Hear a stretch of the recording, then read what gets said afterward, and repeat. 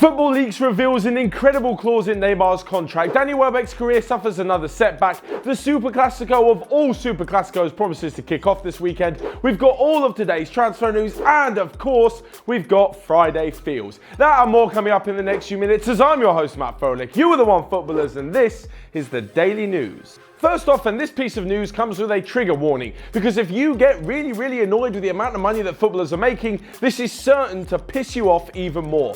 In the latest report from Football Leaks, which is basically a website which posts about the corruption of players, managers, board members, clubs all over football, there is apparently a clause in Neymar's contract which says he earns around €375,000 a month just for clapping the fans. That's right, at the end of each game, when Neymar applauds the PSG fans, he gets paid more than most people make in a couple of years, literally just for clapping. Imagine being that popular, that good at what you do, that you can make money just by clapping. I'm not even that rich yet. Nothing, absolutely nothing.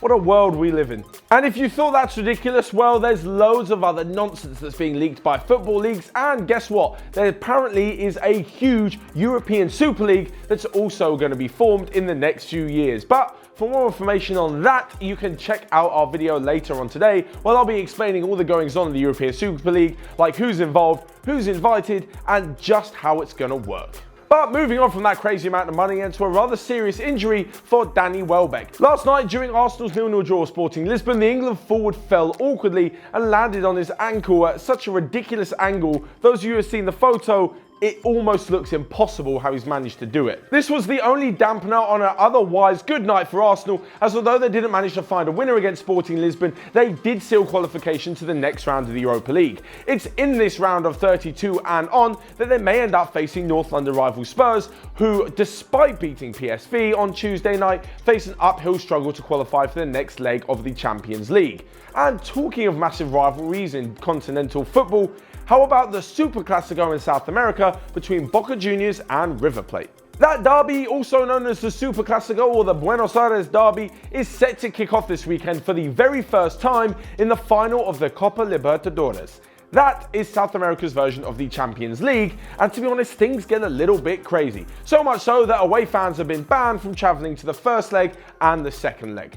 Put it this way, it's pretty much like Barcelona and Real Madrid meeting in the final of the Champions League, except this time there's way more aggressive fans, fireworks, flares, people jumping the fence, riot police on the pitch to protect players and coaches, and just all-round thorough entertainment. Let's face it, you won't be seeing these sort of shenanigans at the weekend, where Jose Mourinho, if somehow Manchester United manage to win, will probably run onto the field, hand cupped to his ear, running in circles, and still won't get attacked by that many fans. In the Superclásico, that is definitely not going to happen. As for who's going to win, well, it's anybody's game or games, as the final is played over 2 legs. Tomorrow's game at Boca will be reversed at the end of the month at River Plate in the battle of the 2 most successful teams in Argentinian football, where fireworks are definitely going to go off.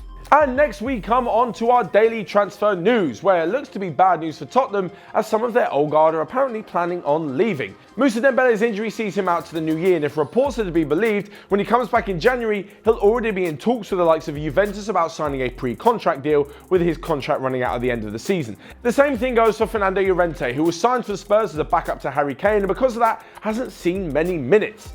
He did provide an assist for Kane in the win over PSV, but that's not enough for a striker who wants to be playing football in the twilight years of his career.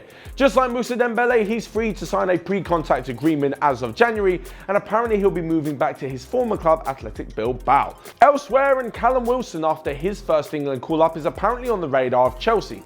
Despite Morata scoring 2 last weekend and Olivier Giroud helping Eden Hazard to reach new heights, Chelsea are still in the market for an out-and-out goal scorer, which is apparently where Callum Wilson will fill the void. They'll have to part with around 35 million for him, but for an English player nowadays, that's not even that bad of money. And lastly, because it's Friday, we come on to today's Friday Feels.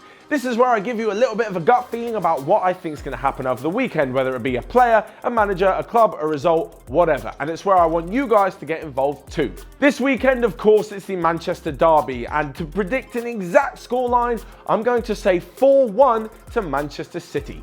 Despite United turning the game around against Juventus in midweek, they are nowhere near the level that Manchester City are on at the moment. They've scored 12 in their last 2 games. I can see them absolutely running riot over Manchester United this weekend, and as a sneaky side suspicion, I can also see Paul Pogba missing a penalty. But we'll wait and see what happens. Of course, let me know in the comment section down below what you think of today's Friday feels, and please put your own in there so we can review them on Monday, and I'll call out some of you who are right and some of you who are drastically wrong, including me, of course. Whilst you're doing that as well, you can click right here to check out all the other videos we've got going on OneFootball. Smash the like button down below, and until next time, I'll see you guys later. Have a great weekend.